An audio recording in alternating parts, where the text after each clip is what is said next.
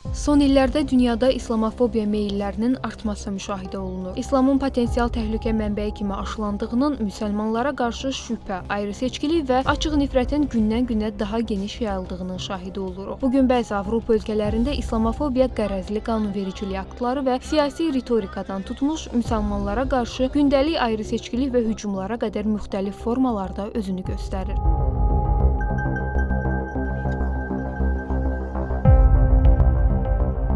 Təəssüf ki, mövcud vəziyyət onu deməyə əsas verir ki, bugün dünyada İslamofobiya hallarına özü ölkəsinə azad, demokratik dəyərlərin daşıyıcısı hesab edən dövlətlərdə daha çox rast gəlinir. Fransada müsəlman əhaliyə qarşı müxtəlif sferalarda tətbiq olunan diskriminasiya, Danimarkada, İsveçdə Qurani-Kərimin yandırılması artan neqativ tendensiyanın əyani sübutudur. Bugün bir çox Avropa ölkələrində müsəlmanlar sosial təcrid, ayrı-seçkilik, fiziki və şifahi təzyiqlər, təhsil və işlə təmin olunmada maneələrlə qarşılaşır. Eyni zamanda müsəlman qadınların hicab taxmaları onları sosial və fiziki təzyiqlərə məruz qoyur.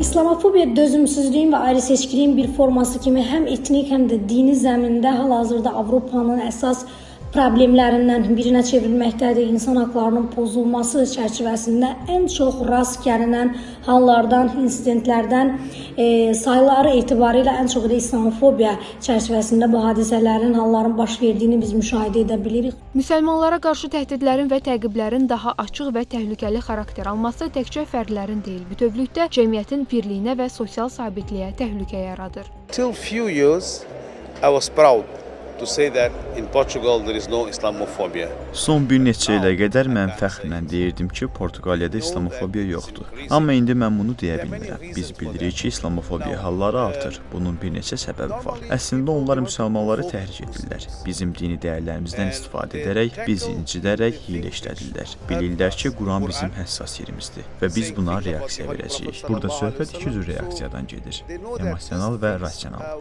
İstədikləri bizim emosional davranışlarla onlara cavab verməyimizdir.